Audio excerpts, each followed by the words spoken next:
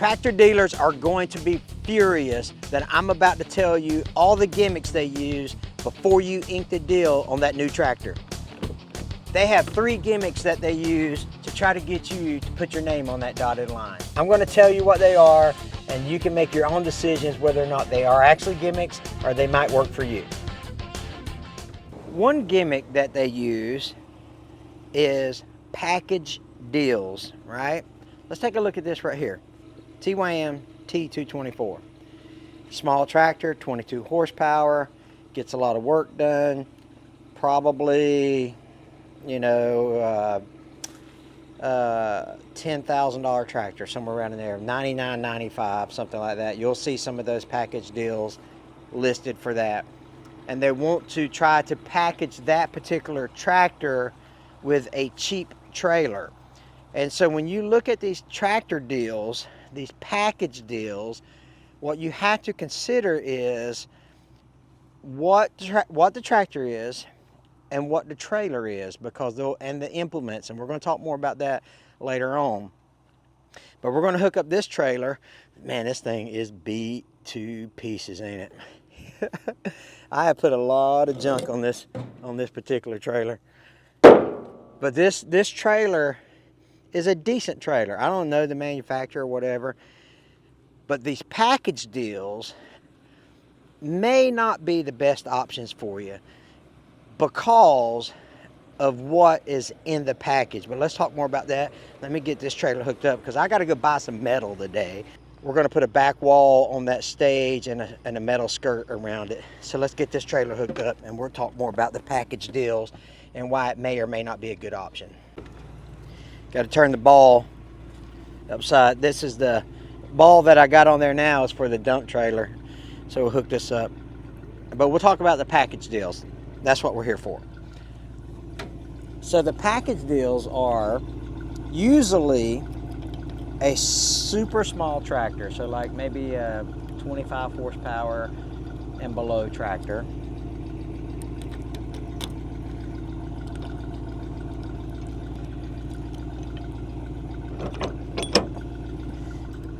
And a trailer. Now the thing about the trailers that they're going to offer you on this package deal is probably the cheapest trailer that they make, right?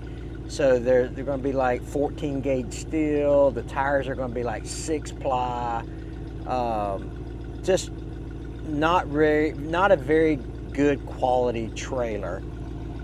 But you're going to think to yourself, hey, I can get a tractor that I can put on my, a trailer already and be able to haul that trailer home, be able to haul it to work sites, job sites, and all that stuff. When in reality is that trailer is going to be garbage, basically. And when you get that trailer home, you're going to realize how bad that trailer is, or how cheap that trailer is made, I should say, right? And with this package deal, you're going to look at it and you're going to be like, oh, that's cool. I get a tractor and a trailer and some implements.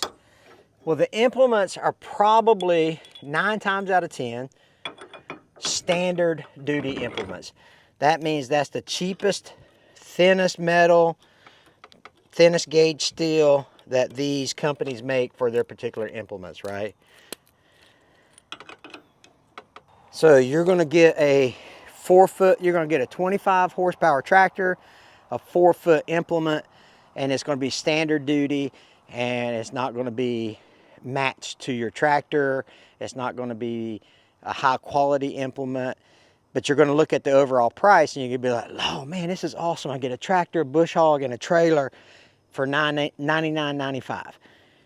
And it sounds good on the surface, but as soon as you get that tractor home and you start using that bush hog and some thick stuff, and that bush hog just gets all dented up, you blow a tire on the way home, you realize that, hey, maybe this wasn't such a good deal after all. So those package deals are not as good as they seem, because maybe you need a 35 horsepower tractor.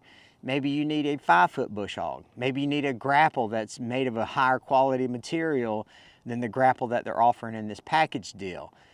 So don't look at the price tag. Don't look at $99.95, $10,995, whatever, and think that you're getting a good deal. You may be, but you probably ain't.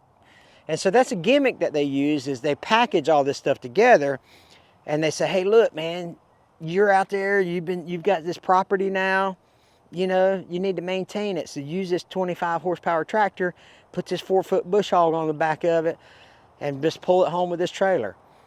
Yeah. You know, you're gonna save money doing that. Have you ever heard of the logistics triangle? Good, fast, cheap, right? You only get to pick 2 of the 3.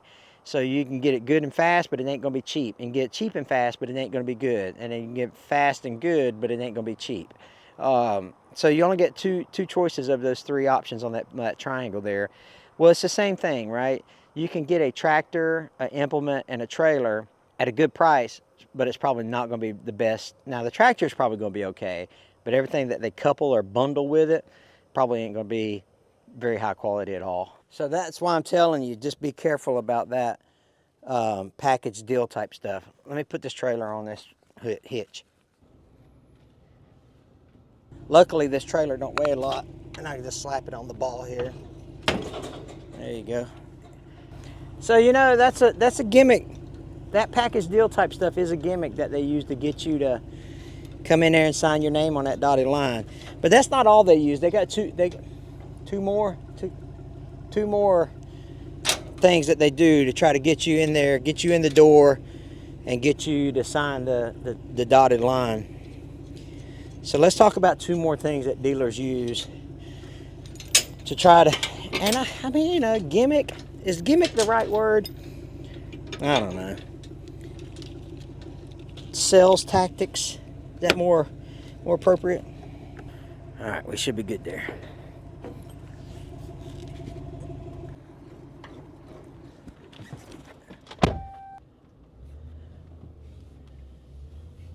And we touched on it just briefly about the package deals, but another sales gimmick or a way to entice you to come into the dealership is to offer 0% financing.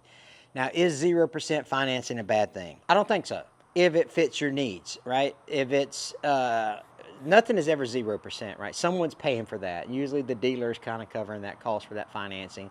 But if you buy a $25,000 tractor with 0% financing, then you probably are going to pay $25,000 for that particular tractor. But there's a catch to all that 0% financing, because dealers have to make up that money somehow, some way. Dealers are in the business of making money, right? So they don't want to give away free money. So how do they compensate for those 0% financing? And first, well, before we get into that, let's talk about the actual 0% financing itself. Sometimes the cash price is a better option. Sometimes, if you can negotiate a cash price, let's say they're asking $25,000 for the tractor, you come in and say, well, I'll give you $23,500, whatever. You know, I don't know what the margins are. I would assume that the margins on a tractor, a few grand for profit for the dealer, or they would not be tractor dealers, or, you know, you got to make money. I understand that. And I'm not saying that tractor dealers shouldn't make money, because I'm all about capitalism. I'm all about profits, right? But for this 0% financing, sometimes you can go in there and say, okay, you want $25,000 for this tractor, I'll offer you $23,500, or I'll offer you $22,500, whatever you can do. Or you can say, I'll give you $25,000, but you've got to come pick my tractor up and bring it back to the shop and do the 50-hour service included in that $25,000 price. Or you can say, I'll give you $25,000, but you do the 50-hour service for free, included in that price, and I'll bring the tractor to you. Or, hey, I'll give you $25,000, but you got to give me the oil and filters for my 50-hour service, and I'll take it home and do it myself. I mean, there's all kind of negotiating tactics that you can use when you go into a dealer to talk about this kind of stuff. So 0% financing is not a bad deal, you know, especially, you know, for those you don't have a lot of money to put down. Sometimes it's better if you know that you're the type person that pays off stuff, then maybe 0% is not the best for you. Maybe put a lot, you know, $5,000 or $6,000 down, take the higher interest rate, pay it off in a couple of you know, a year or two. Maybe you'll save money going that route. So run all your options before you take that 0%. But the catch with 0% is when going. Let's tie these threads together, right? that we talked about, the package deal. The catch is the 0% financing is on the tractor, not the implements and not the trailer if you do a package deal. Let's say you got that package deal for $99.95. You got a T224 and a trailer and a bush hog and a grapple, or pallet forks. That's a kind of, the pallet forks and bush hog is kind of a very popular combo package. Well, you're going to get that 0% maybe if the company is offering that option, but you're going to get that 0% only on the tractor. And so what they're going to do is they're going to break down the cost of the trailer and the cost of the implements, and you're going to, if you finance all that together, you're going to pay interest rates, or you're going to pay an interest on those implements and that trailer, so you're not getting 0%. Are you going to save money by not paying interest on the tractor? Of course, right? But you're still going to pay interest on the bush hog and the pallet forks and the trailer. So don't think that it's 0% is 0% is 0%, because it's not. And when you're sitting down with that dealer, you need to go over those details and say, hey, if I buy this package deal, how much, what's the interest rate on the bush hog and the pallet forks and the trailer? Because they're going to break that down for you. And man, if you're getting, 10, 12, 15% interest rate on this kind of stuff, you're like, that's ridiculous, right? So don't think 0% is 0%. So package deals are kind of a gimmick to get you in the door with.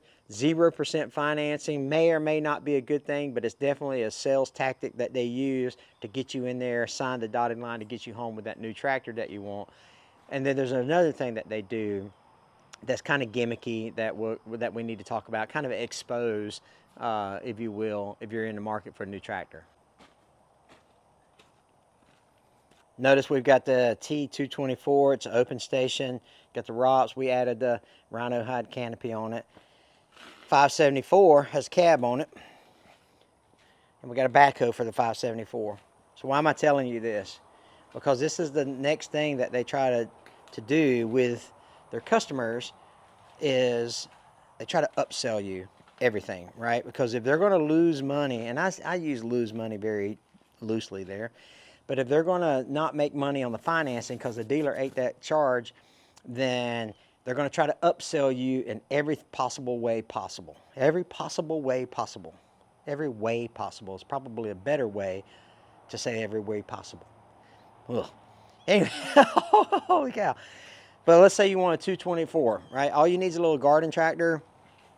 You don't need a big tractor, but you're going to go and you're going to talk to the salesman. He's going to ask you, hey, what are you planning on doing with your tractor?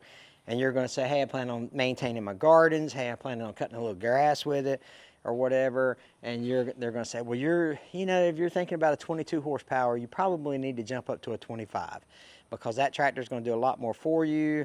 And that tractor is going to be a better fit for what you're telling me that you're going to need to do with or that you want to do with the new tractor that you have.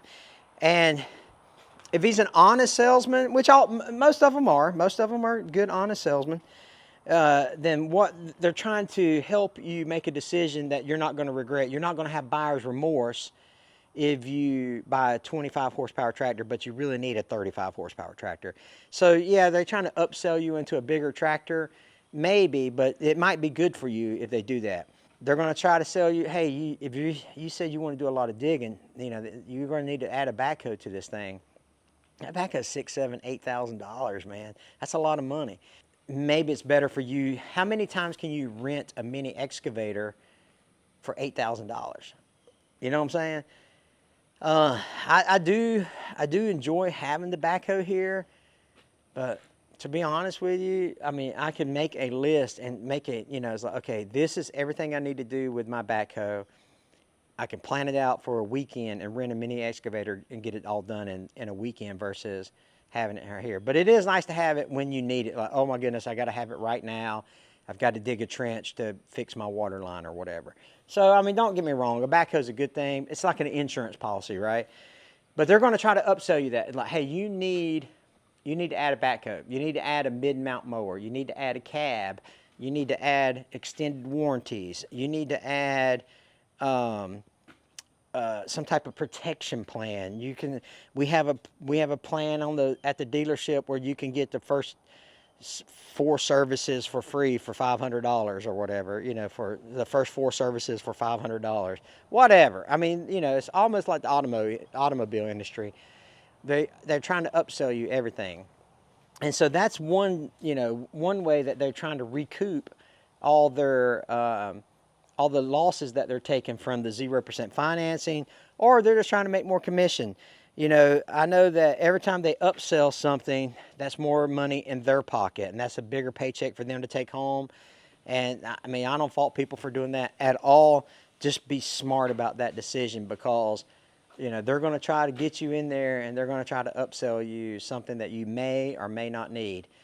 And at the end of the day, if you're happy with that, then it's okay. It's no big deal that they, you know, you jump from a 25 horsepower tractor to a 35 horsepower tractor. Nothing wrong with that. If that's something that you decided with, you know, with your finances and your family, nothing wrong with that at all. You guys are smart guys. I mean, I read the comments that you guys put in the videos.